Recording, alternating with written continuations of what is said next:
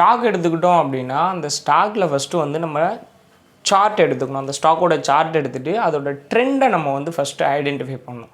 ட்ரெண்டுக்கு ஆப்போசிட்டாக போனோம் அப்படின்னா கண்டிப்பாக லாஸஸ் தான் நம்ம வந்து ஃபேஸ் பண்ணுவோம். இப்போ ட்ரெண்டை ஐடென்டிஃபை பண்ணிவிட்டு ட்ரெண்டு கூடவே நம்ம போகணும். ஸோ அப்போ தான் ப்ராஃபிட்டாக இருக்க முடியும். இப்போ ட்ரெண்டு வந்து அப் ட்ரெண்ட் அப்படின்னா நம்ம பை பண்ணணும். ஓகேவா? டவுன் ட்ரெண்ட் அப்படின்னா செல் பண்ணணும். ஓகேவா? இதுவே சைட்வேஸ்னு ஒரு ட்ரெண்ட் இருக்கும். ஓகேவா? சைட்வேஸ்னால் ரேஞ்ச் பவுண்டுக்குள்ளே இருக்கும். அந்த மாதிரி ரேஞ்ச் பவுண்டுக்குள்ளே இருந்துச்சு அப்படின்னா பை அண்ட் செல் எதுவுமே பண்ணாமல் கிளியர் ட்ரெண்டுக்காக வெயிட் பண்ணணும்.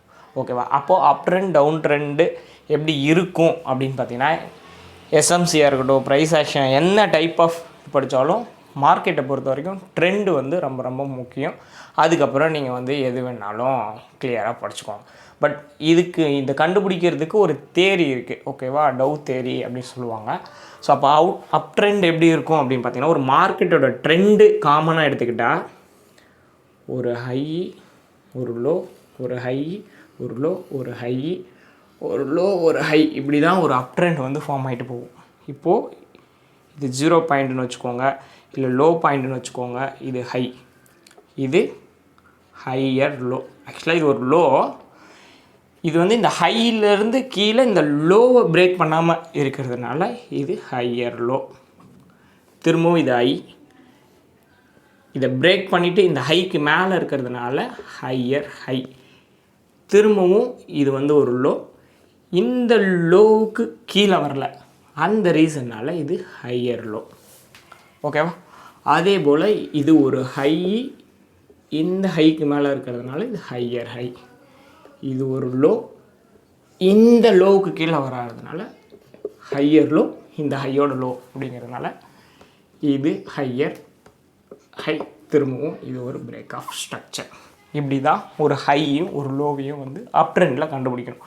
அப்போது இந்த கோடு போட்டிருக்கோம்ல, இந்த இடம் என்ன அப்படின்னு பார்த்தீங்கன்னா BoS அப்படின்னு சொல்லுவாங்க. BoS அப்படின்னா என்னென்னா பிரேக் ஆஃப் ஸ்ட்ரக்சர். இந்த ஸ்ட்ரக்சரை பிரேக் பண்ணிவிட்டு மேலே போயிடுச்சு பார்த்தீங்களா, இதுக்கு பேர் தான் பிரேக் ஆஃப் ஸ்ட்ரக்சர். அப்போது இந்த இடம் BoS, இந்த இடம் BoS.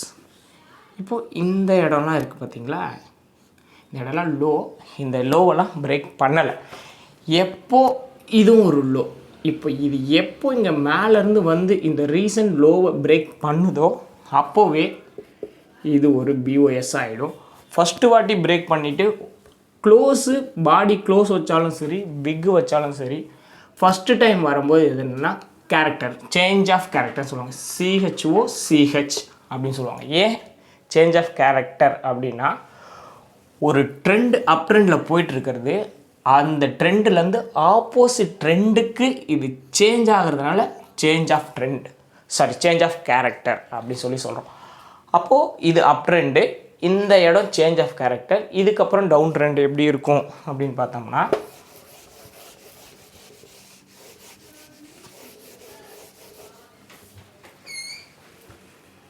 இந்த பாயிண்ட் வச்சுக்கோ, ஹை, இது ஸ்விங் மேலேருந்து ஒரு ஹை போனதாக வச்சுக்கோ. இந்த ஹையிலேருந்து திரும்பவும் இது வருது, இந்த ஹையை பிரேக் பண்ணுது, ஹையர் லோவை. இப்போ இது பிரேக் பண்ண உடனே இது வந்து ஒரு பிரேக் ஆஃப் ஸ்ட்ரக்சர் ப்ளஸ் கீழே வந்ததுனால சேஞ்ச் ஆஃப் கேரக்டர். இப்போ திரும்பவும் இந்த இடம் என்ன அப்படின்னு பார்த்தீங்கன்னா இது ஒரு ஹை, ஆனால் இந்த ஹைக்கு மேலே போகலை, அதனால் இது ஹையர் லோ. ஏன்னா இது ஒரு லோ இல்லையா, இந்த லோவிலேருந்து வந்ததுனால.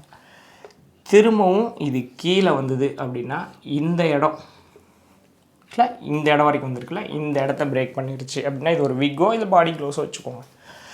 இந்த இடத்த பிரேக் பண்ணுதுன்னா இது ஒரு BoS, இது ஒரு பிரேக் ஆஃப் ஸ்ட்ரக்சர், இது ஒரு லோ, இந்த லோவுக்கும் கீழே இருந்ததுனால லோவர் லோ.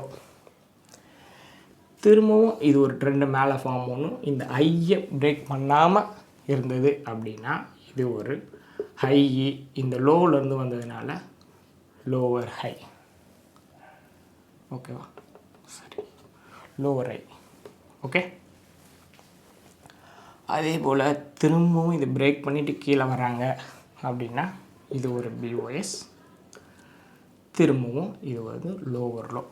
இப்போது இங்கே இருக்கிற மார்க்கெட்டு திரும்பவும் இதை பிரேக் பண்ணிருச்சுன்னு வச்சுக்கோங்க. ஓகேவா. ரீசெண்டாக வந்துட்டு இதை பிரேக் பண்ணும்போது இது ஒரு BOS. இந்த பிரேக் பண்ணும்போது ஒரு சேஞ்ச் கொடுத்துருக்கோம். இப்போது டவுன்வேர்ட்ஸில் இருந்த டைரக்ஷன் திரும்பவும் அப்பேர்டுக்கு போக போகுது. இந்த இடத்துல திரும்ப ஒரு சேஞ்ச் ஆஃப் கேரக்டர் நடந்திருக்குன்னு அர்த்தம். அப்போது ஓவரால் ஒரு ட்ரெண்டு எப்படி இருக்கும், ஒரு மார்க்கெட்டோட ஸ்ட்ரக்சர் எப்படி இருக்கும் அப்படின்னு பார்த்தீங்கன்னா, இந்த சைட்வேஸ் அப்படிங்கிறது ஒரு ரேஞ்ச் பவுண்டுக்குள்ளே இருக்கும். இந்த ஒரு 2 லைனுக்குள்ளேயே ரொம்ப நேரம் கன்சாலிடேஷன் மோடு வந்து நிறைய ஆகிட்டு இருக்கும். அது எய்தர்வே எங்கே சப்போஸ் அப்வர்ட் டைரக்ஷனாக இருந்தால் அப் சைடு பிரேக் அவுட் கொடுத்தா மேலே போகும், டவுன்வர்ட் டைரக்ஷனாக இருந்தால் கீழே பிரேக் அவுட் கொடுத்தா கீழே வரும். ஓகேவா. அப்போ ஓவராலாக மார்க்கெட் ஸ்ட்ரக்சர் இந்த சைட்வேஸோடு சேர்த்து எப்படி இருக்கலாம் அப்படின்னு பார்த்தீங்கன்னா,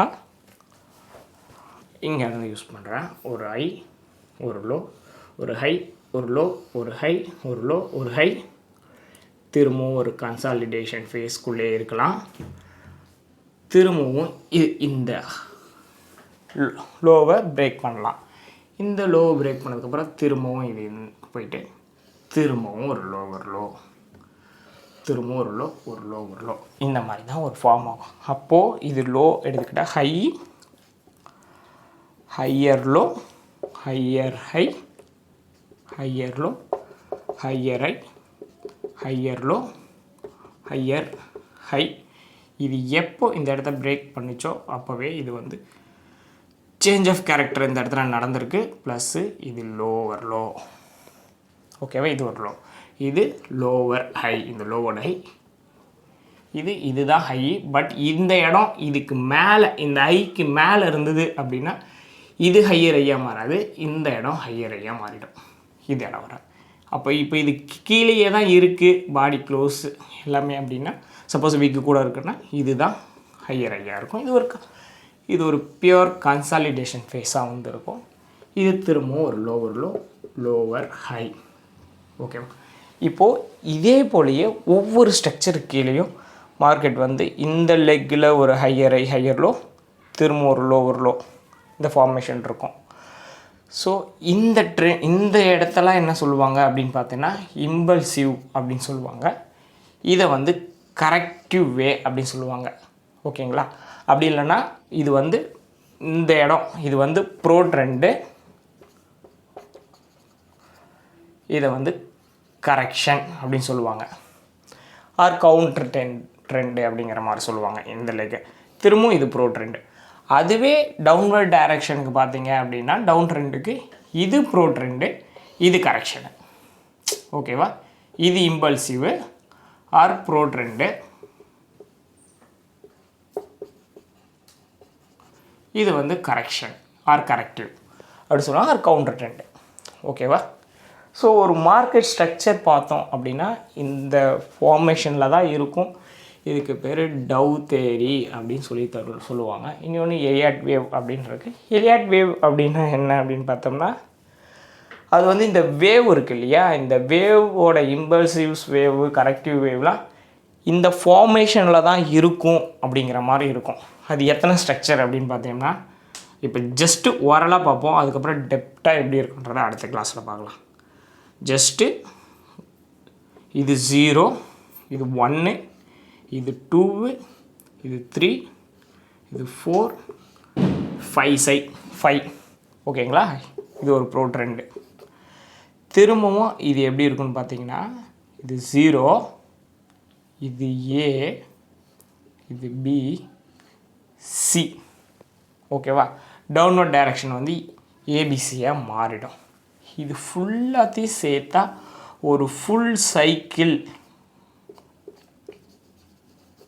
அப்படின்னு சொல்லுவாங்க. ஓகேவா. இது வந்து எலியட் வேவ் அப்படின்னு சொல்லுவாங்க. இந்த மாதிரி 1 2 3 4 5 இந்த ரேஞ்சுக்குள்ளே இருக்கும். இந்த ஹையர் ஐ ஃபார்மேஷன் இல்லாமல் இந்த மாதிரி நேம் கொடுத்துட்டு இதுக்குள்ளார ஒவ்வொரு இது வந்து ஒரு மெயின் ட்ரெண்டு, மேஜர் ட்ரெண்டுனா இதுக்குள்ளார மைனருக்குள்ளார மைனர் அந்த மாதிரி இருக்கும்.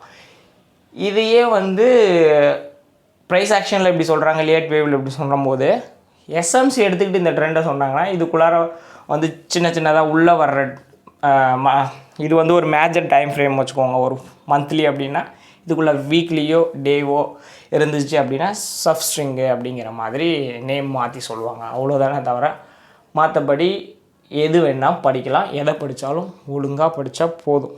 தெளிவாக படிச்சிங்க அப்படின்னா ப்ரைஸ் ஆக்ஷன் ட்ரேடராக இருந்தாலும் ப்ராஃபிட் பண்ண முடியும், எஸ்எம்சி ட்ரேடராக இருந்தாலும் ப்ராஃபிட் பண்ண முடியும். பட் ஆனால் ப்ராப்பராக படிச்சுக்கணும்.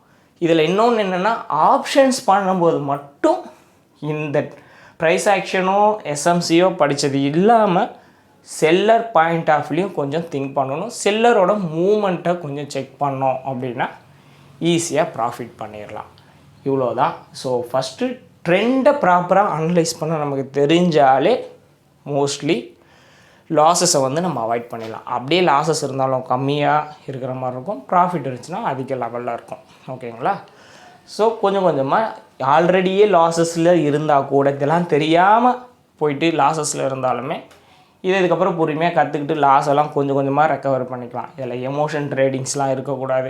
விட்டுட்டோம் அடுத்த ட்ரேட்லேயே நான் பிடிக்கணும் அப்படின்ற எமோஷன்ஸ் பண்ணி தான் நிறைய பேர் லாஸ் பண்ணியிருப்பாங்க. எமோஷன்ஸ்லாம் இல்லாமல் ப்ராப்பராக ட்ரெண்டை தெரிஞ்சுக்கிட்டு ட்ரெண்டுக்கு அகைன்ஸ்டாக போகாமல் ட்ரெண்டு கூடயே போனோம் அப்படின்னா ஈஸியாக ட்ரேடிங்கில் ப்ராஃபிட் பண்ணிடலாம். பட் அதுக்கு கொஞ்சம் பொறுமை இருக்கணும். ஸோ நிறைய பேர் வந்து டைம் வேஸ்ட் பண்ணாத சொல்லுவாங்க. ட்ரேடிங்கை பொறுத்த வரைக்கும் டைமை வந்து வேஸ்ட் பண்ணலாம், பொறுத்துக்கிட்டு இருக்கலாம், டைம் வேஸ்ட் பண்ணி வெயிட் பண்ணலாம், அது நல்லதும் கூட. ஸோ எனக்கு தெரிஞ்சு கேபிட்டலை லாஸ் பண்ணாமல் கேபிட்டலை கையில் வச்சிட்டு இருக்கிறதே பெரிய விஷயந்தான். ஸோ ஒரு ட்ரேடை வந்துட்டு அர்ஜென்ட்டாக போய் எடுத்து இருக்கிற காசை லாஸ் பண்ணுறதுக்கு லாஸ் இல்லாமல் இருக்கிறது எவ்வளோ பெரிய விஷயம். கரெக்டாக? அதனால் கரெக்டான மூமெண்ட்டை பார்த்துட்டு அதுக்கேற்ற மாதிரி பண்ணணும். அடுத்ததில் மல்டி டைம் ஃப்ரேம்னால் என்ன, எந்தெந்த டைம் ஃப்ரேமில் வந்து இந்தியன் மார்க்கெட் ஸ்பெசிஃபிக்காக நம்ம சொல்கிறதுனால இந்தியன் மார்க்கெட்டில் எந்தெந்த டைம் ஃப்ரேமில் ட்ரேட் பண்ணால் பெஸ்ட்டாக இருக்கும், ஆப்ஷன்ஸுக்கு எந்த டைமு, ஈக்விட்டிக்கு எந்த டைமு, ஸோ எந்தெந்த டைம் ஃப்ரேம் வந்து இன்ட்ராடேக்கு அனலைஸ் பண்ணணும், ஸ்விங் ட்ரேடிங்க்கு எந்த டைம் ஃப்ரேம் யூஸ் பண்ணணும், லாங் டேர்ம் யூஸ் பண்ணால் என்ன டைம் ஃப்ரேம் யூஸ் பண்ணணும் அப்படிங்கிறதெல்லாம் நம்ம அடுத்தடுத்த கிளாஸில் வந்து பார்த்துக்கலாம். ஓகேவா? தேங்க்யூ.